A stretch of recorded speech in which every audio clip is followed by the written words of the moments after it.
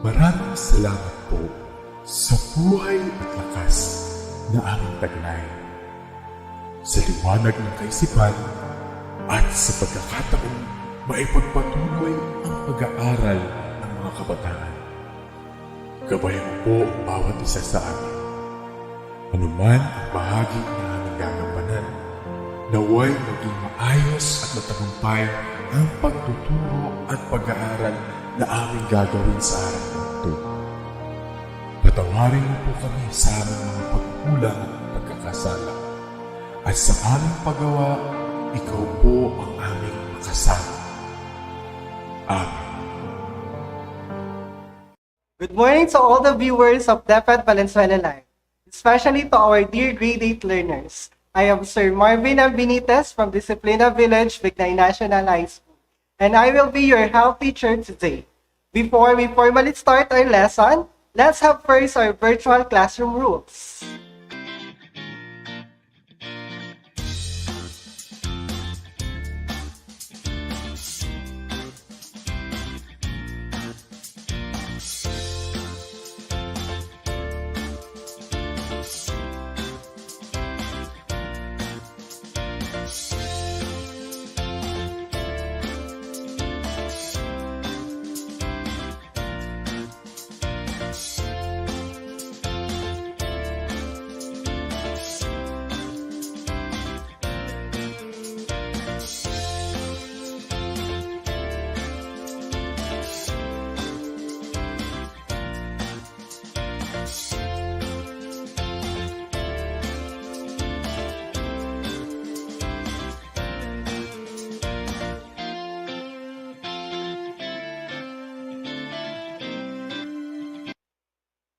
Just a reminders, we will be utilizing the reaction buttons found in the comment section.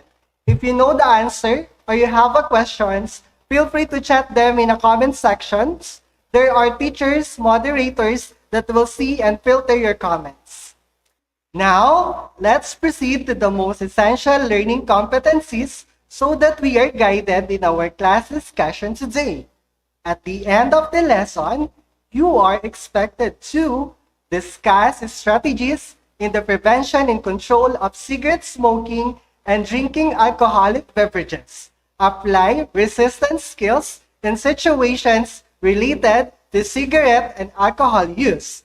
Follows policies and laws in the family, school, community related to cigarette and alcohol use. Suggest healthy alternative to cigarette and alcohol to promote healthy lifestyle for self, family, and community. On our last topic, in health, you have learned about the negative health impacts of drinking alcohol. At this point, let's have an activity entitled Recall and React. All you need to do is to tap the emoji reactions that corresponds to each question. You will be given 5 seconds to think and place your answer in our comment sections. Grade 8 learners, are you ready? Let's get started. Number 1, which organ in our body metabolizes alcohol? Brain, liver, or heart? Your 5 seconds starts now.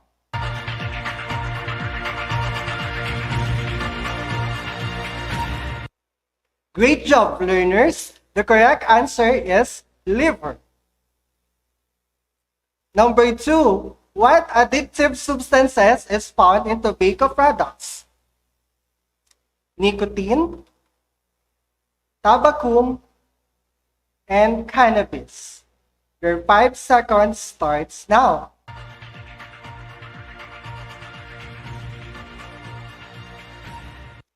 Awesome. Grade 8 learners, the correct answer is nicotine. Number 3, what colorless and bitter tasting substance is found in alcoholic beverages? Alcohol, ethyl, and methyl. Your 5 seconds starts now.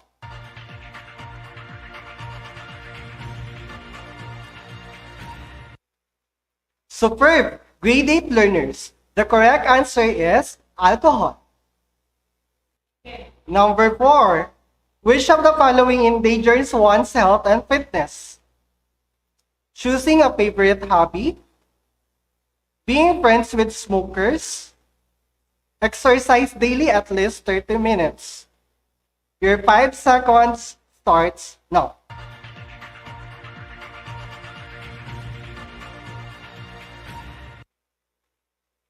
If your answer is heart emoji, you got it right. Number 5. Which of the following signs of alcohol poisoning is life-threatening? Confusing, hypothermia, and nausea. Your 5 seconds starts now.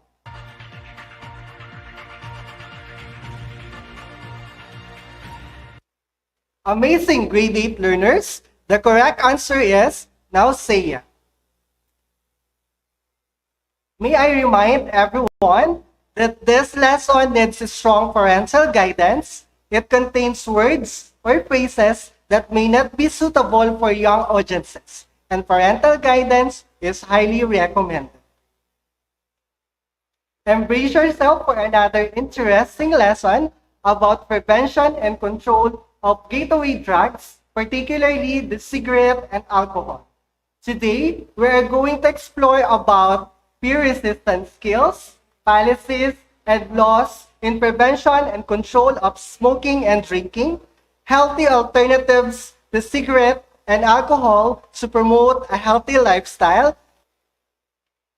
Let's start by defining what is gateway drugs.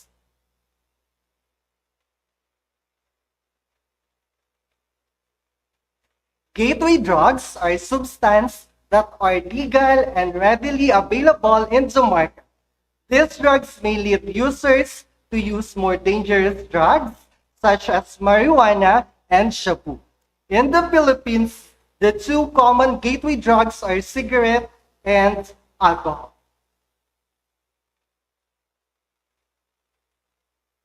What are the healthiest strategies in the prevention and control of cigarette smoking and drinking alcohol?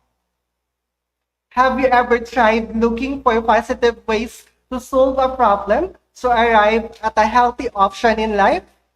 If your answer is yes, then you have tried using healthy strategies in life. Healthy strategies are a set of activities and mental processes carefully planned and executed to achieve a healthy goal. Healthy strategies are useful in helping oneself and others prevent and control smoking cigarettes and drinking alcohol. One of the biggest reasons why teens fall into peer pressure is because they want to be part of the group or avoid losing the group. They may not do things except challenges like smoking a few puffs of cigarette or drinking a small glass of alcoholic drinks. For long exposure, our acceptance of peer pressure will make it difficult for a person to get out of a habit. But there are ways to resist temptation for peers and friends. These healthy strategies are preventing peer pressure, also known as peer resistance skills. First, identify the right choice. May be hard, but learning how to make right choices will keep you on the right track. How do you end up choosing the right choice? First, ask yourself the questions. In this case, is smoking and drinking a good for your health? Next, list down possible answer for the question. Try to go over your choices several times, canceling those that are negative. From among the good choices, choose the best that will benefit you in the end. Think about what is moral and ethical for you. Doing so, you will help to stay on the right path and achieve your goals and dreams. Second, value yourself.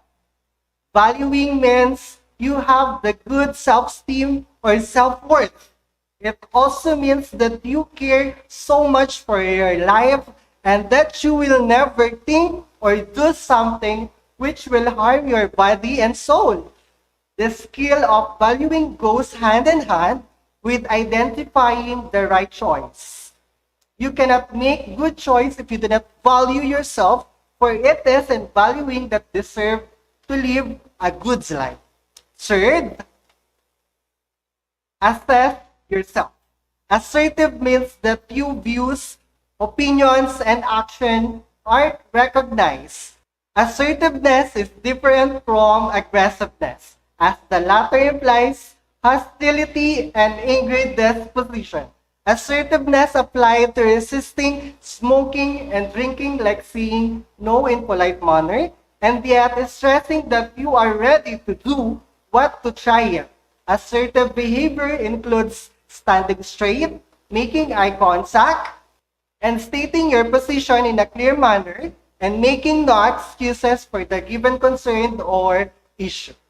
Additional resistance skills is saying no, walk away or leave the situations, make an exclusive as to why you cannot participate. Use a moral value to say no and suggest an alternative to the negative behavior. We also have examples of resistance skill, such as say no in a firm voice, give reason for saying no, be certain, your behavior matches your word, avoid situation which there will be pressure to make harmful decisions, resist pressure to do something illegal, and influence others to make responsible decisions. What are the different policies and laws in the prevention and control of smoking and drinking? There are several laws and policies passed to prevent to control smoking of cigarette and drinking of alcoholic beverages. First on the list is the Republic Act number 9211, also known as the Tobacco Regulations Act of 2003. It is an act which regulates the packing, use, sales, distributions, and advertisement of tobacco products and for other purposes. Section 2 of the law states that it is the policy of the state to promote the populace from hazardous products and promote the right to health and instill health consciousness among them. It is also the policy of the state consistent with the constitutional idea to promote the general welfare to safeguard the interests of the workers and other stakeholders in tobacco industry. This law also pushes the following agenda. First, it promotes the healthful environment. Second, it informs the public of the health risks associated with cigarette smoking and tobacco use. Third, regulate the subsequently ban all tobacco advertisement and sponsorship. Fourth, regulate the labeling of tobacco products. Fifth, protect the youth from being initiated to cigarette smoking and tobacco use by prohibiting the sales of tobacco products in minor. Assist and encourage Filipino tobacco farmers to cultivate alternative agricultural crops to prevent economic dislocations. And lastly, create an interagency committee on tobacco to oversee the implementation of provision of this act. We also have Republic Act number 9211, Section 5 for the smoking ban in public places, centers for youth activities such as play school, preparatory school, elementary, high school, college, and university, youth hostels, and recreational facilities for persons under 18 years old. Elevators and stairways, location in which fire hazards are presenting, including gas stations and storage area for flammable liquids, gas, explosive, or combustible materials. Building a premises of public and private hospitals, medicals, dentals, and optical clinics, health centers, nursing home, dispensaries, and laboratories. Public conveyances and public facilities including airport and ship terminals and train and bus stations, restaurants and conference halls, except for the separate smoking area. Republic Act number 9211, Section 9 of the Minimum Age Sales. Under this act, it shall be unlawful for any retailer of tobacco products to sell or distribute tobacco products to any minor person below 18 years old. Any person to purchase cigarette or tobacco products from minor, for a minor to sell a cigarette product, and for a minor to smoke cigarette or any other tobacco products. It shall not be a defense for the person selling or distributing that he or she did not know or what was not aware of the real ages of the minor. Neither shall it be a defense that he or she did not know nor had any reason to believe that the cigarette or any products was for the consumption of the minor to whom it was sold.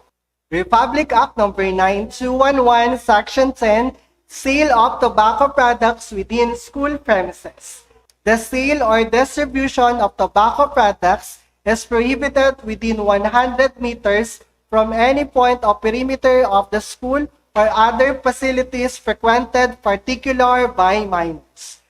Republic Act number 8749, also known as Clean Air Act of 1999, states that smoking inside public building or an enclosed public place, including public vehicle and other means of transportation, or in any closed area outside or one's private residence, private place of work, or any duly designated smoking area is hereby prohibited under the act implemented by the local government units.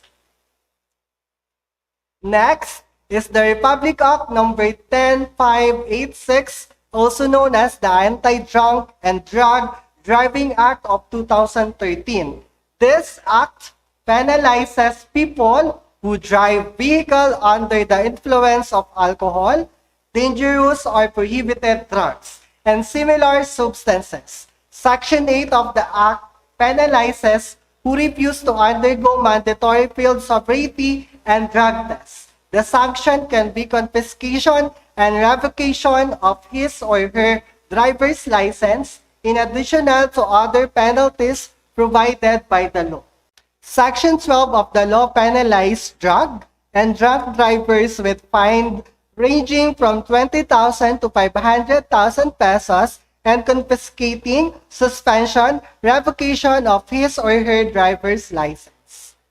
We also have DepEd Order number 30, series of 2018, Preventive Drug Education Program, also known as PDEP, Policy for Curriculum and Instruction. This support the National Drug Education Program and Republic Act number 9165, also known as Comprehensive Drug Acts of 2002. This aims to include in the curriculum and instruction drug abuse, prevention, and control topics and life skills to help learners and the youth in particular. The Preventive Drug Education Program policies aims to strengthen the implementation of the Preventive Drug Education Program in school and community learning center through curriculum integrations across all learning areas. Provide capability of DepEd personnel in the implementation of the PDEP, ensures DepEd service are available and accessible to all learners, teaching and non-teaching personnel. Create strong partnership with various stakeholders in promoting the PDEP, encourage PDEP research for evidence-based decision-making and formulations, establish a strategic and systematic monitoring, evaluations, and feedback mechanism to ensure continuity of the program and ensure allocation of funds for program sustainability. We also have DepEd Order number 48 series of 2016, Policy and Guidelines on Comprehensive Tobacco Control. DepEd Order Number 48, Series of 2016 was created for the effective implementation of cohesive and comprehensive tobacco control program and promote a healthy environment in and around school and DepEd offices. This policy aims to educate and inform all learners, teaching and non-teaching staff, the hazard of tobacco use and exposure to second-hand smoke, adverse socio-economic and environment consequences of tobacco product and consumption, and make an effective intervention services available and accessible to all learners, teachers, and non-teaching personnel in need of such service. Facilitate enforcement of tobacco control policies and in school and offices such as absolute smoking bans, accessible restrictions, ban on sponsorship, including so-called corporate, responsibility of tobacco industry and outdoor advertisement, the ban on promotion items for minors and sampling restrictions, as well as promoting against tobacco industry interference and ensure strict implementation of policy on promoting against tobacco industry interference in Department of Education and its offices and school. What are the healthy alternatives to cigarette and alcohol to promote a healthy lifestyle? There are a lot of healthy alternative ways we can do to prevent cigarette smoking and drinking alcohol. All you need to do is to open your mind and set your creativity of performance skills in their proper places. The following generally discusses are the various healthy alternatives to prevent smoking and drinking. It is important that you try more than 3 activities, experience varied skills, learning different information, and make new friends. First on the list, choose a hobby you will enjoy. Picking up a hobby will help you use your time in a positive way. Picking an activity that you think you will like and time doing it, hobby can range from reading favorite books, collecting stuffs, crafting woodworks, drawing, painting, and other activities you will enjoy. Some of these hobbies can even turn into small business you can earn with. Second, sign up for favorite sports. Playing your favorite sports does not only help you turn away from drugs, but it can also make you healthy and fit. It develops your fitness level and improves overall wellness. Third, exercise daily. A 30-minute to 60-minute exercise a day is beneficial for your body and mind. Studies have shown that people who exercise every day have less chances of developing craving for cigarette and alcohol. You can do this any time of the day. A good advice when exercising is to invite a family member or a friend to join you. Drinking plenty of fluids. Drink at least 10 glasses of water a day, which equals to 2 liters of water. If you prefer something else, choose fresh juices instead of concentrated powdered juices. Enlist an advocacy group. Try joining advocacy group in your community or school. Example of advocacy are environmental, health and wellness, animal protection, vegetable gardening, leadership training, or essential skills training like first aid training.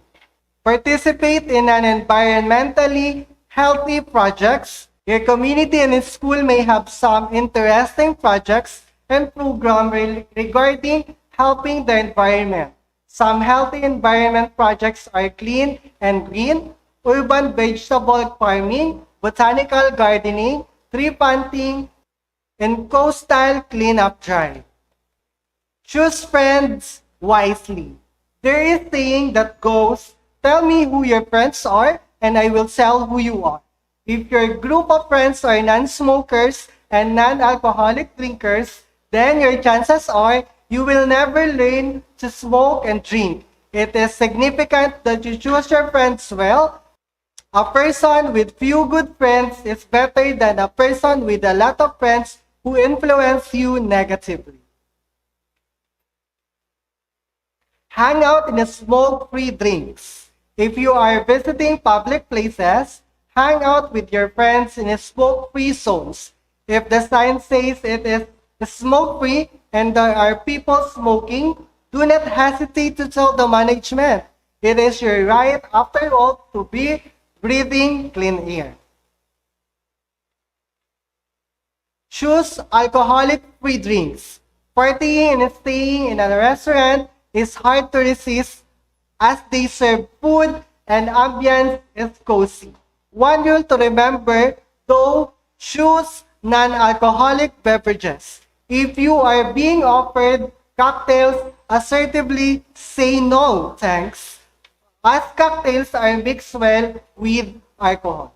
Make reminders at home and work while you choose to be drug-free. It is a good idea to remind yourself of the bad things smoking and drinking brings to one's health and family.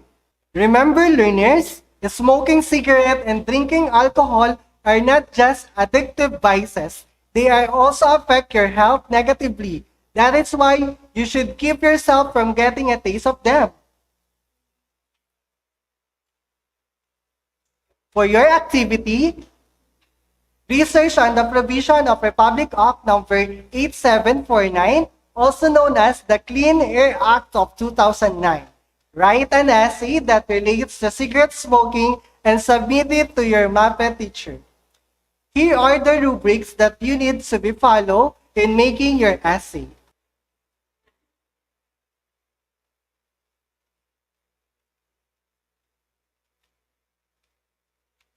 To sum up our lesson for today regarding the prevention and control of smoking and drinking alcohol, we have healthy strategies in the prevention and control of cigarette smoking and drinking alcohol, such as identifying right choice, value yourself, and assert yourself.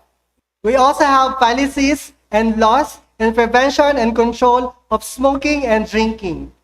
These are Republic Act number 9211, Tobacco Regulations Act of 2003, Republic Act number 10586, Anti-Drunk and Drug Driving Act of 2013, DepEd Order number 30, Series of 2018, Preventive Drug Education Program, Policy for Curriculum and Instruction, DepEd Order number 48, Series of 2016, Policy and Guidelines on Comprehensive Tobacco Control. We also learned the healthy alternatives to cigarette and alcohol to promote a healthy lifestyle. It's time for your assessment. Get your pen and paper, direction, true or false. Read the statement or questions carefully. Check your own paper. You have 5 seconds to answer each question. Learners, are you ready? Let's get started.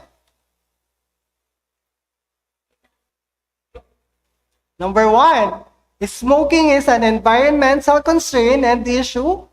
True or false? Your 5 seconds starts now.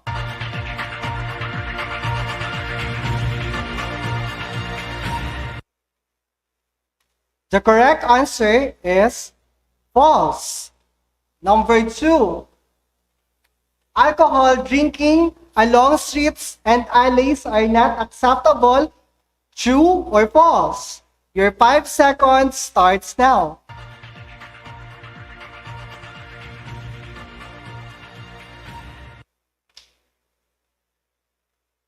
The correct answer is true.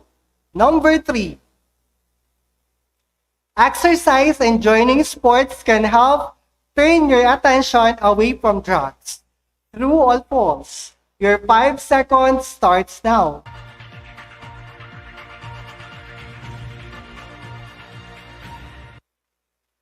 The correct answer is true.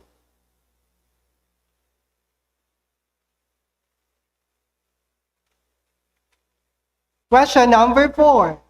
Being with drinkers has less chances that you will become a drinker yourself. True or false? Your 5 seconds starts now.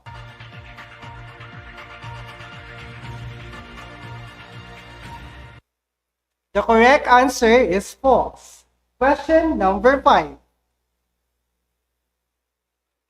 Driving under the influence of alcohol violates Republic Act number 10586. Your 5 seconds starts now.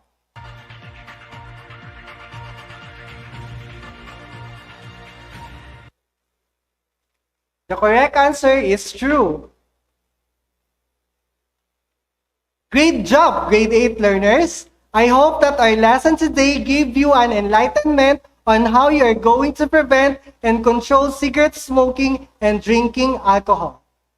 To end up our class for today, let me remind you with this quote: avoid using cigarette, alcohol, and drugs as alternative to being an interesting person.